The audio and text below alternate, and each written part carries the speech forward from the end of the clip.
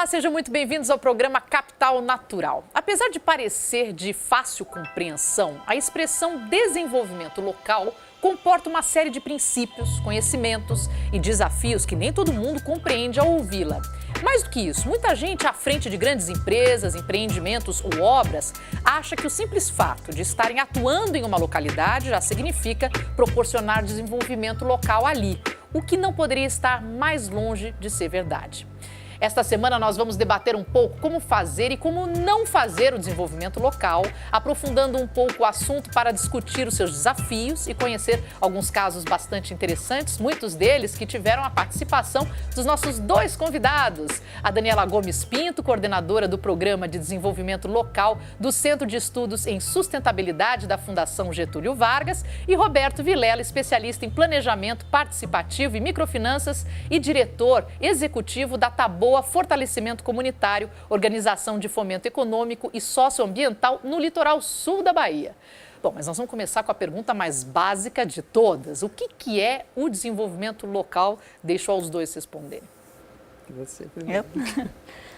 Bom, desenvolvimento local é um conceito de desenvolvimento mais focado no território. O território pode ser qualquer recorte que considere alguma afinidade entre esse grupo de pessoas que vive ali, né? Tem um embate entre o desenvolvimento top-down, que são as grandes políticas e acordos pensando o desenvolvimento, e desenvolvimento que a gente gosta de chamar de bottom-up, de baixo para cima, onde você parte do protagonismo local na definição do que é desenvolvimento, do que eu quero para o meu desenvolvimento, né, do que a minha comunidade quer, parte das vocações locais, das identidades locais. Então, o desenvolvimento local é aquele onde você entende que o protagonismo de quem mora, vive num determinado território é o que vai nortear o rumo daquele território. Perfeito. Roberto?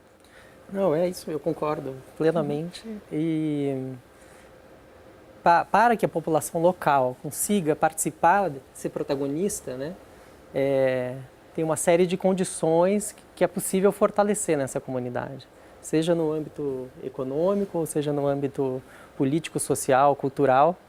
Então, quem pensa desenvolvimento local, como nós pensamos na Taboa, no sul da Bahia, como você mencionou, a gente considera como fundamental apoiar a comunidade para que ela possa compreender as dinâmicas políticas, compreender seu território e ter uma participação na definição do que vai acontecer ali.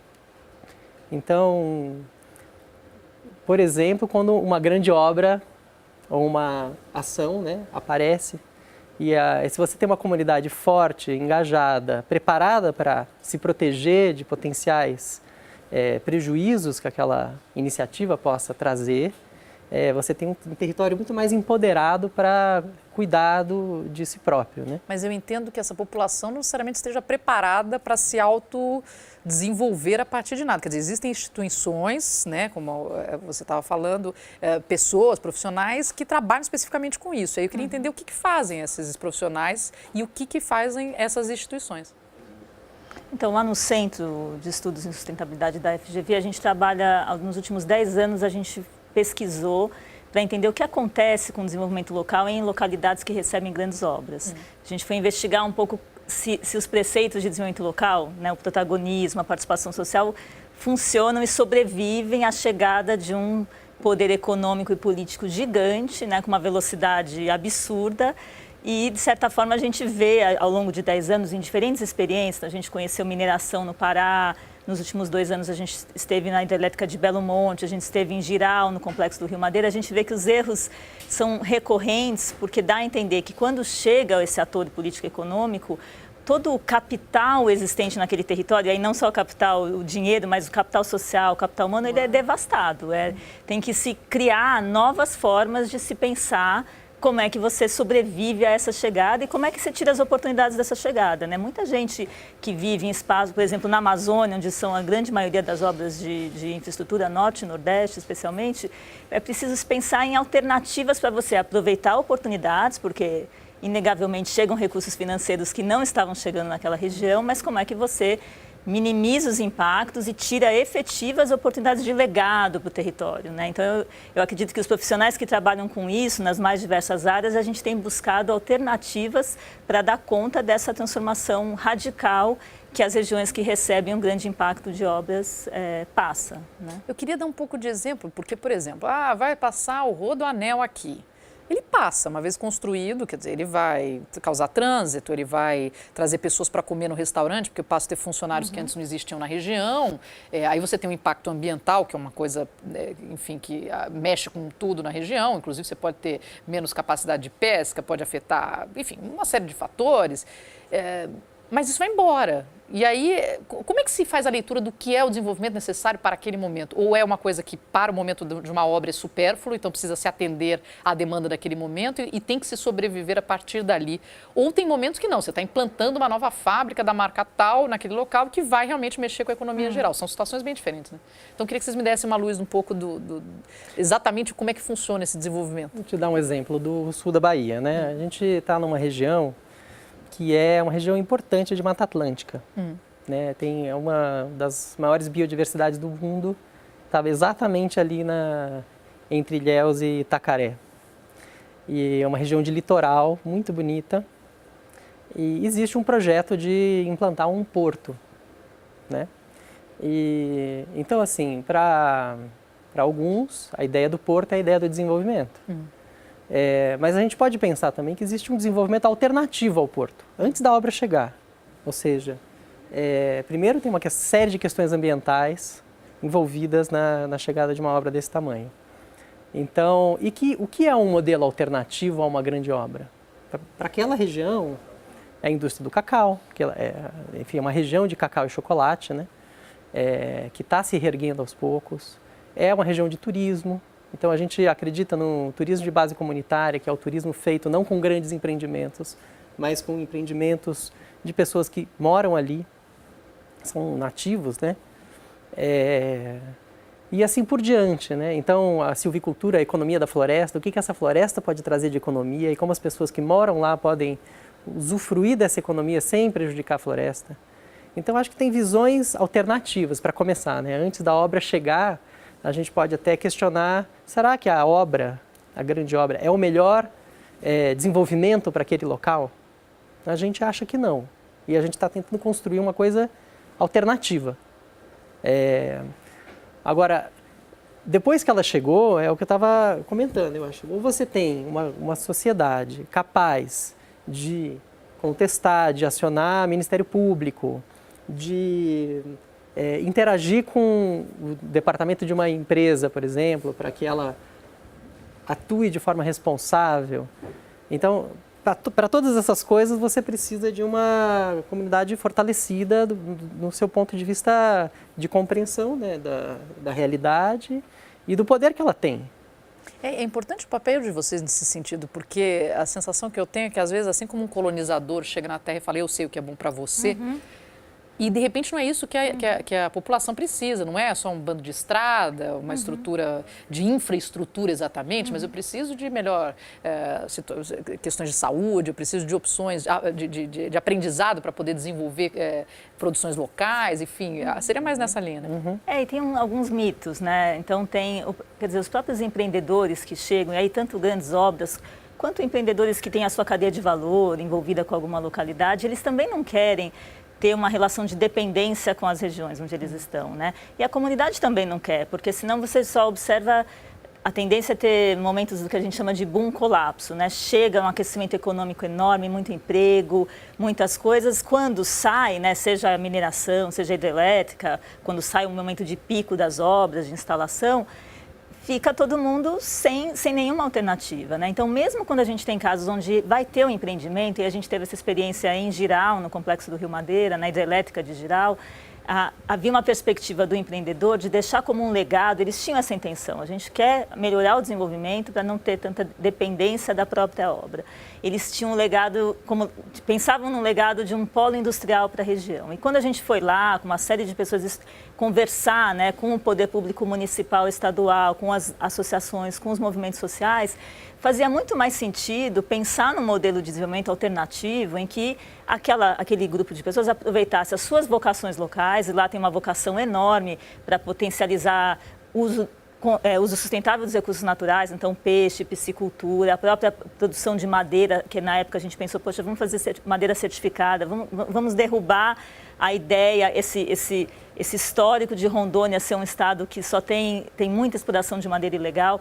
Então, é possível pensar em alternativas quando você senta junto com as pessoas e pensa o que é o desenvolvimento para vocês aqui, né? E ele tem muito mais chance de ter muito mais aderência, porque faz mais sentido com as capacidades locais, que com certeza precisam ser fortalecidas, mas já tem uma capacidade instalada, né? Tem esse também mito de dizer, precisa criar capacidades. Não é verdade, o Brasil é muito rico, as pessoas têm muitas capacidades. O que a gente precisa é adequar os projetos de desenvolvimento trazidos um pouco mais de cima para baixo, no nível nacional do projeto desenvolvimentista, às capacidades que existem nos territórios que podem ser só potencializadas, né? Sem dúvida, então, imagina até 10 anos, porque tem obras que duram uma década, sim, e tudo mais, mas uma vez ela vai embora, se aquilo ali não tiver crescido de outra forma, não dependente daquela obra, você rui uma economia local, né? Mas a gente vai continuar essa discussão daqui a pouquinho, porque eu vou para uma rápida, minúscula pausa. E a gente volta já já.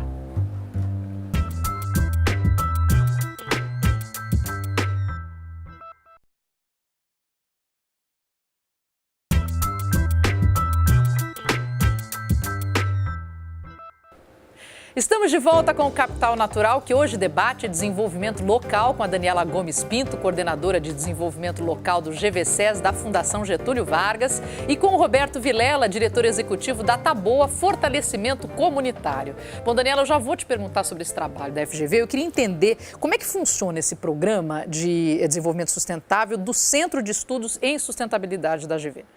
O Programa de Desenvolvimento Local ele existe há 10 anos e a gente está interessado em entender o que acontece em territórios amazônicos com a chegada de grandes empreendimentos. A nossa expertise é essa. Tá. Né?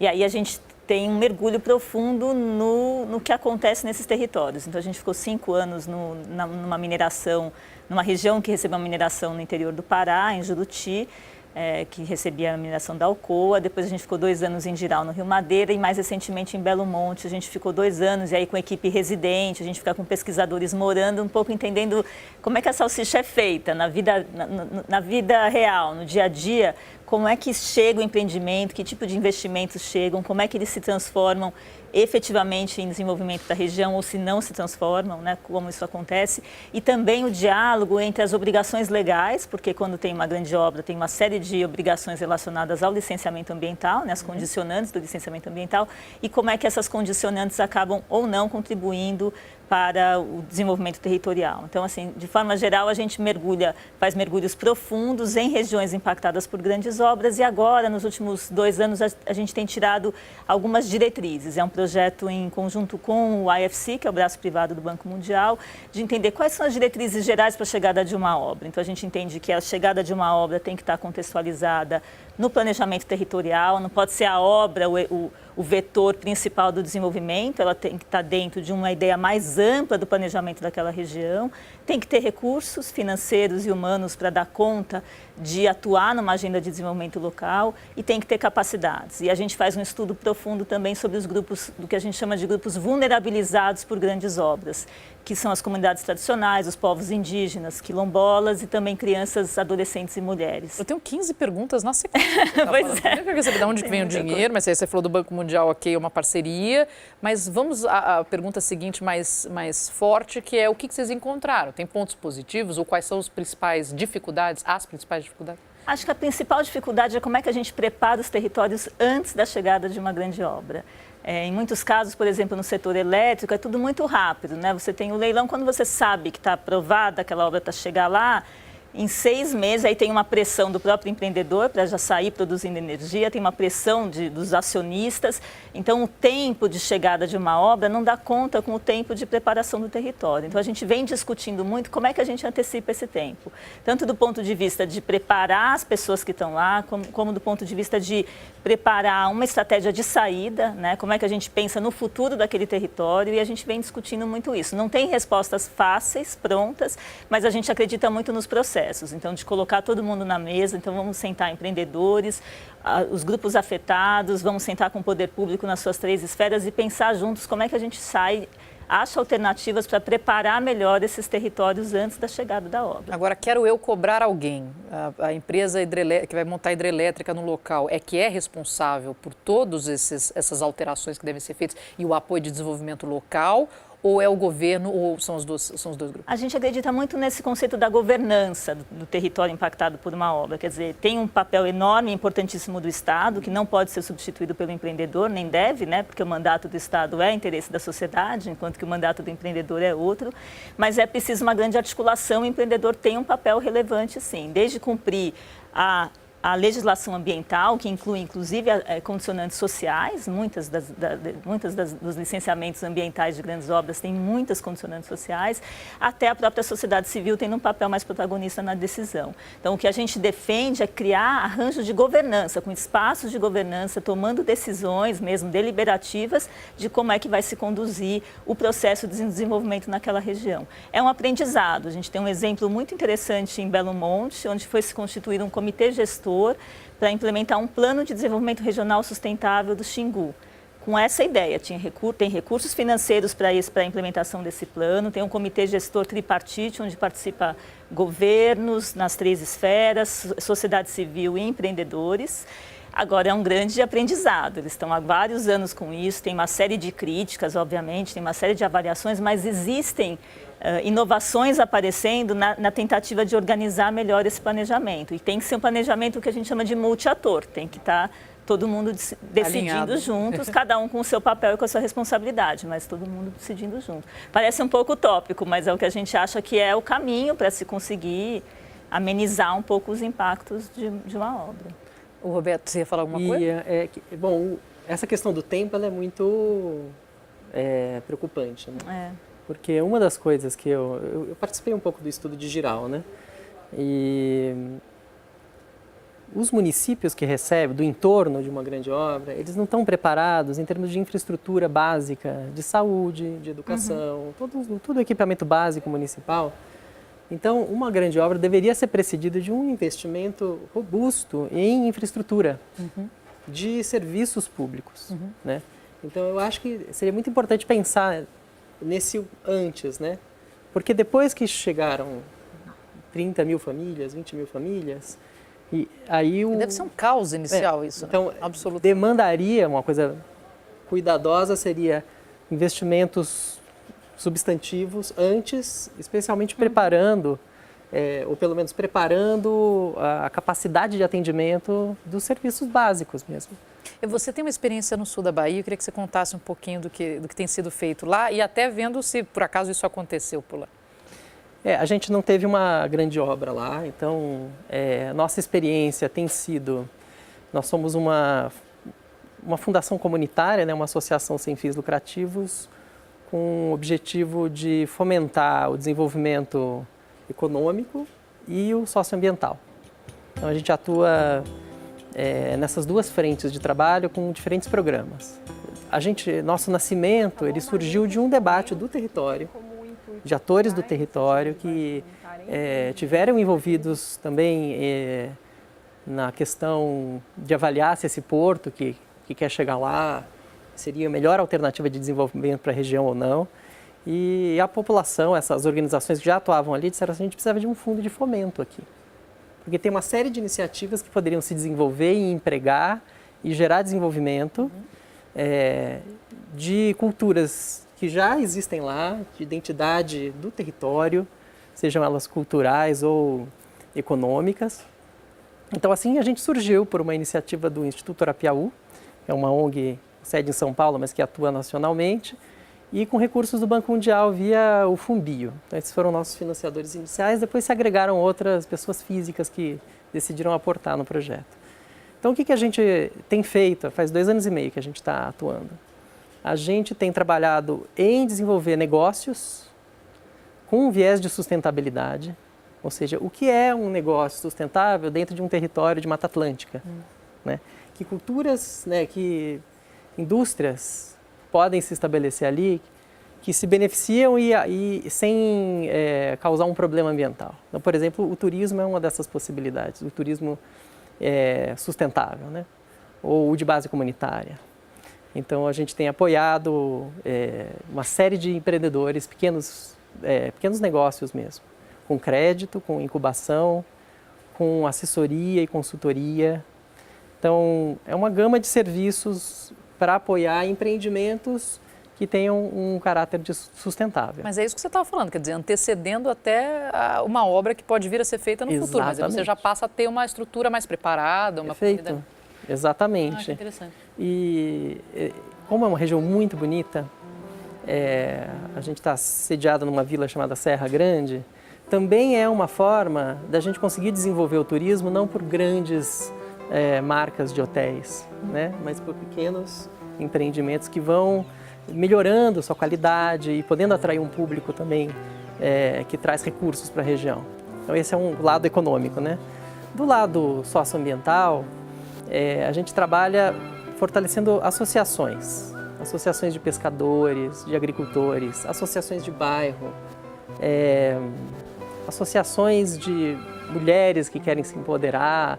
Então e não só associações, mas também grupos informais. Então tem uma série de grupos de capoeira, grupos de esporte, grupos que atendem gestante no antes e no pós-parto e fazem parceria com o poder público. Então tem uma série de iniciativas muito ricas e a gente apoia eles com doações e com um programa de fortalecimento que envolve aumento das capacidades de captação de recursos, de comunicação. E a gente falando em utopia, olha lá isso na prática, já, né? Já. Então nós vamos continuar essas histórias bonitas e gostosas daqui a pouquinho, porque o Capital Natural vai para um rápido e último intervalo, mas a gente volta já já.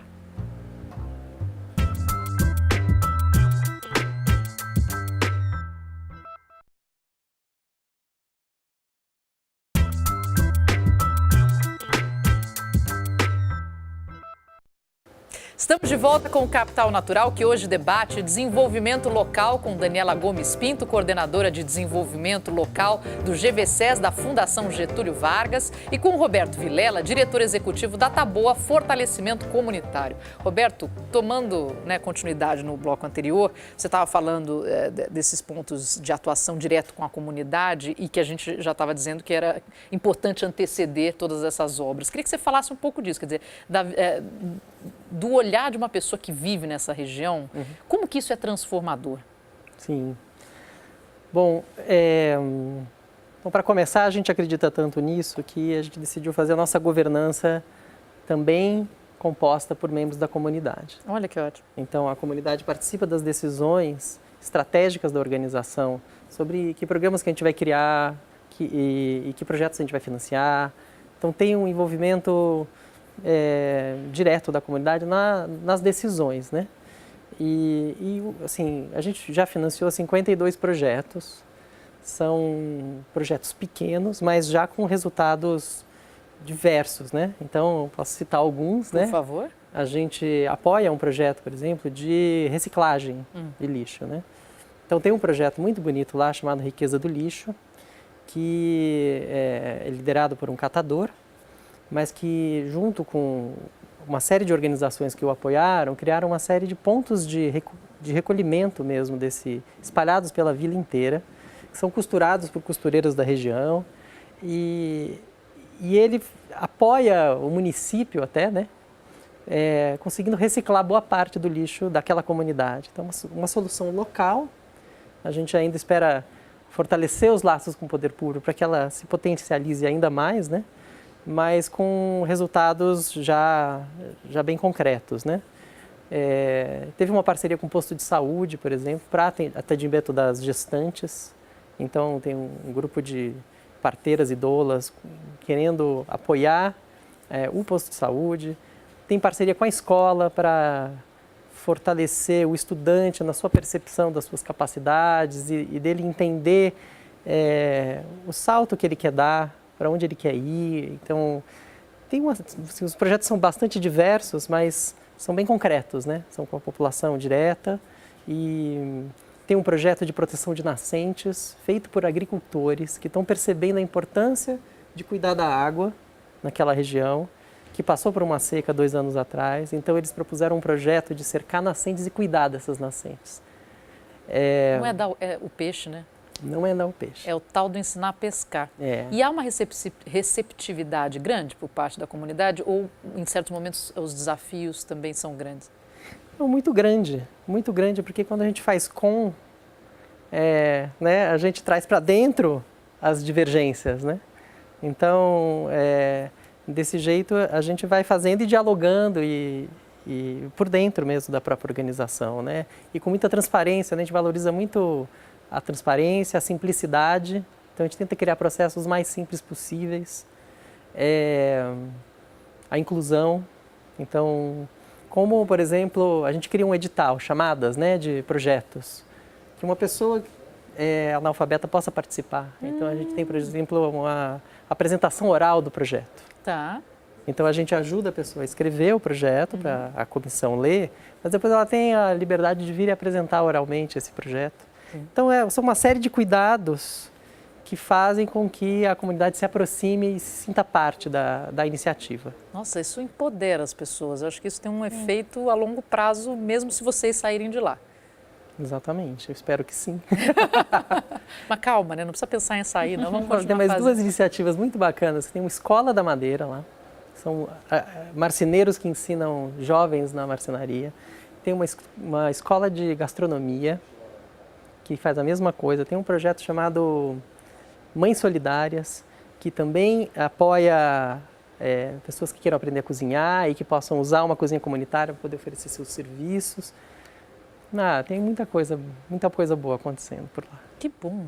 Ô, Daniela, e qual que é a importância da avaliação dos resultados? Como é que acontece isso? A gente entende que tem um trio aí muito importante, que é a participação, transparência e monitoramento. E às vezes o monitoramento é uma coisa que ninguém quer fazer, vai deixando do segundo plano, mas a gente vê que só esse conjunto funcionando, quer dizer, você garantir as pessoas participando, você garantir a transparência ao longo dos processos, seja de tomada de decisão do uso de um recurso, seja a tomada de decisão para onde a gente vai priorizar nosso trabalho, nossa agenda de desenvolvimento, e você monitorar se o seu caminho está indo para o lugar onde você queria, é isso que faz o que a gente chama de uma governança formativa, uma governança onde as pessoas todas envolvidas estão fortalecendo as suas capacidades.